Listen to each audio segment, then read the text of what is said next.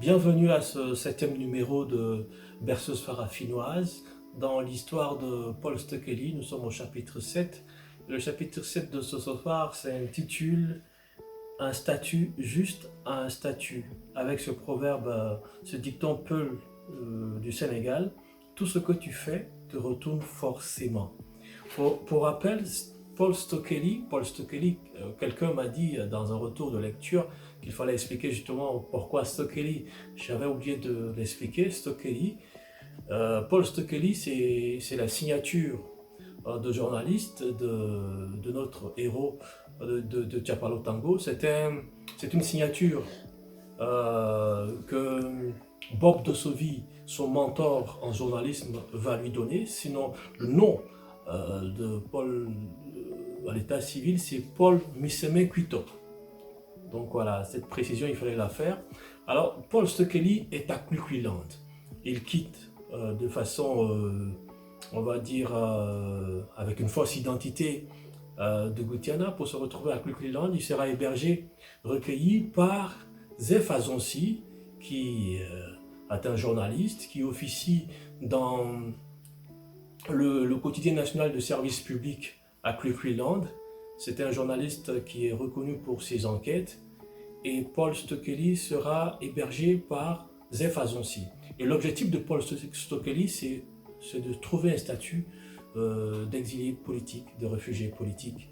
Et donc nous allons commencer cette lecture à la page 228 avec Gagnat. Gagnat, c'est la femme de Zef Azonsi. Voilà. Gagnat avait gratifié les deux motocyclistes d'un généreux plat d'igname bouilli au maquereau fumé, rehaussé par du piment vert écrasé. Tombés dans le réservoir gastrique, ces morceaux succulents s'apparentaient à du béton armé, capable d'amortir tous les caprices et les ingratitudes d'un ventre malmené par les nids de poules de Mao Toumé, auxquels s'associait la mauvaise humeur générée par les embouteillages du matin. À 9h, Zef et Paul étaient chez le point focal de Reporters sans frontières. Mike Kanté était le correspondant d'un média international. Il coordonnait le plaidoyer et les actions de l'organisation de défense des journalistes à Cleveland. Le Paul Gate, il en avait pris conscience par les médias. Le président des journalistes de Mao Tomé l'avait ensuite briefé. Il voulait rencontrer Paul pour se faire sa propre opinion et aviser qui de droit.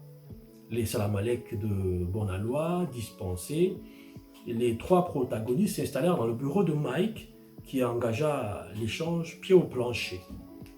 J'ai naïvement pensé, tous les confrères de l'organisation avec moi, que l'avènement de Gutiana de l'opposant historique Kumba Tchefing apporterait un vent de démocratie dans ce pays.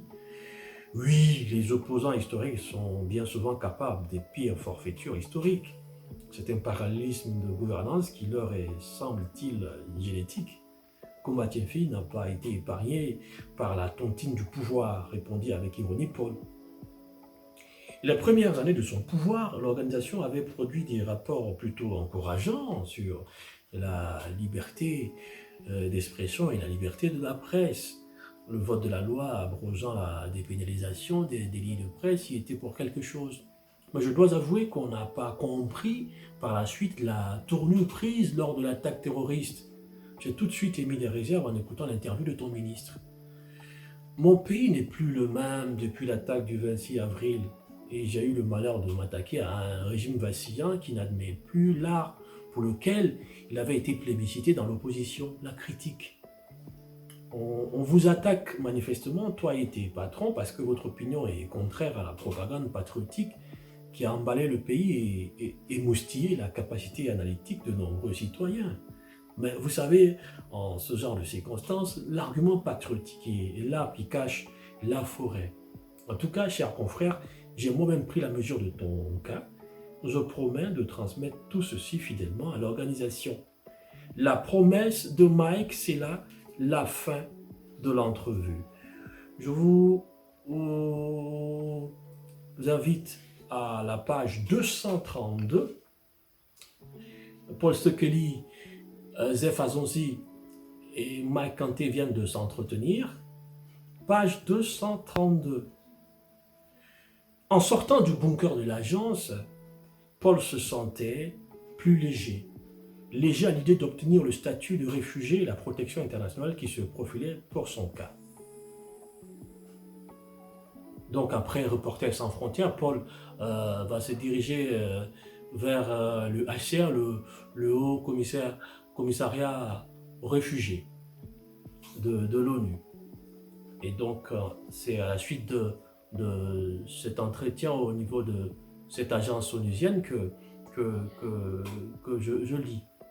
Page 232 donc. En sortant du bunker de l'agence, Paul se sentait plus léger. Léger à l'idée d'obtenir le statut de réfugié, la protection internationale qui se profilait pour son cas. Léger car il pouvait essayer d'appeler sa famille sans nul doute morte de peur à Dougoutiana. À la sortie de l'agence, Zef aperçut un confrère qu'il salua chaleureusement.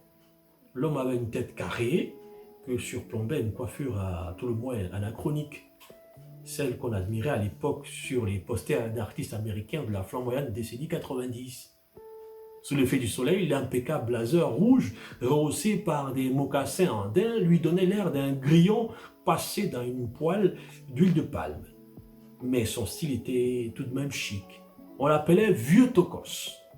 Originaire de Sakasaka Mabele, en état dans la région centrale de Farafinasso, il vivait depuis bientôt 10 ans à Kwikwiland. Dans son pays, il avait été accusé et condamné pour apologie de la sédition. Dans ses écrits, il n'y avait plus remis les pieds depuis qu'il avait trouvé protection au pays de Zef. Bon vivant, on le retrouvait dans les salons et cafés huppés de Mao Tomé, se prélassant toujours en compagnie de célébrités, d'enfants de grandes familles. Comme si la préhistoire n'avait pas suspendu son vol, Vieux Tokos vivait de chasse et de cueillette. La formule consacrée pour désigner cette catégorie de journalistes abonnés aux faveurs de personnalités et célébrités et qui bâtissèrent leur vie sur cet axiome aléatoire de subsistance. Ce mode de subsistance était devenu une seconde nature pour Vieux Tokos. On se demandait dans le milieu à quand remontait son dernier article, tant ses frasques alimentaient les railleries dans les cafés. Et puis je vous propose de terminer cette lecture à la page 235. Le personnel politique de Kwikwiland connaissait plus ou moins le personnage. À ses débuts, l'homme avait effectivement décroché auprès d'illustres acteurs politiques locaux des interviews pour des médias étrangers. Mais cette période semblait appartenir à une vieille époque, celle où l'homme était au sommet de sa renommée professionnelle. Vieux Tokos ne se présentait plus comme un journaliste, mais comme un consultant des médias, spécialiste en communication et en relations publiques. Et dans le fameux calepin rouge qu'il brandissait à chaque fois qu'on doutait de la puissance de son réseau relationnel sur le continent et sur les places parisiennes ou bruxelloises, figuraient des numéros de secrétaires généraux, de gouvernement, de conseillers présidentiels, de fils et filles de chefs d'État, de ministres, de députés et sénateurs, de gardes de corps rapprochés. Rentier de la manne, tiré de son statut de réfugié politique, il avait un goût immodéré pour le luxe et les femmes. Voilà, une lecture qui nous fait découvrir un autre personnage, à part Zef Azonsi, Paul Stokely, il y a Vieux Tokos. Vieux Tokos, ce n'est pas Vieux Caïman. Vieux Caïman, c'est le cheminot à la retraite à Dougoutiana. Vieux Tokos, c'est plutôt un exilé politique, journaliste. Ce que j'appelle les journalistes marabouts dans le métier. Mon expérience de journaliste reporter m'a permis de rencontrer certains jours, on va dire certaines brebis, je ne dirais pas galeuses, mais en tout cas, certaines brebis dans le métier, qui chaque fois donnent l'impression qu'elles connaissent véritablement tout le monde. Et c'est ces rats de journalisme que je dénonce dans ce métier. C'est peut-être anti-confraternel, mais en tout cas, c'est ce que la réalité nous donne de voir sur le terrain. Mais dans le chapitre 7, on se rend bien compte que Paul Stokely est à la recherche d'un statut. D'abord, il se signale auprès de Reporters sans frontières.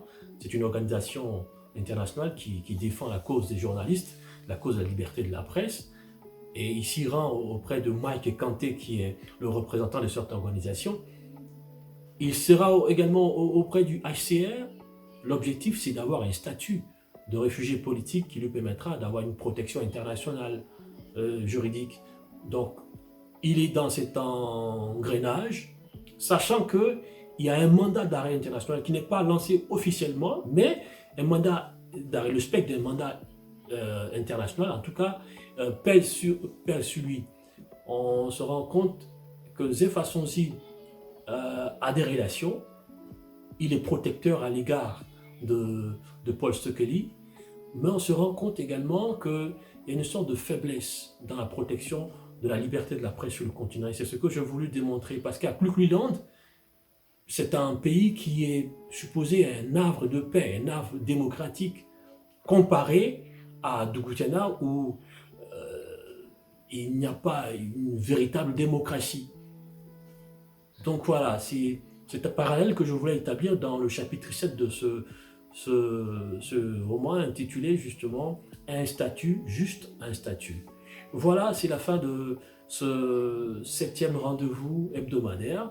Je vous dis à la semaine prochaine, partagez, commentez, donnez-nous un retour de vos lectures et puis je vous dis à bientôt.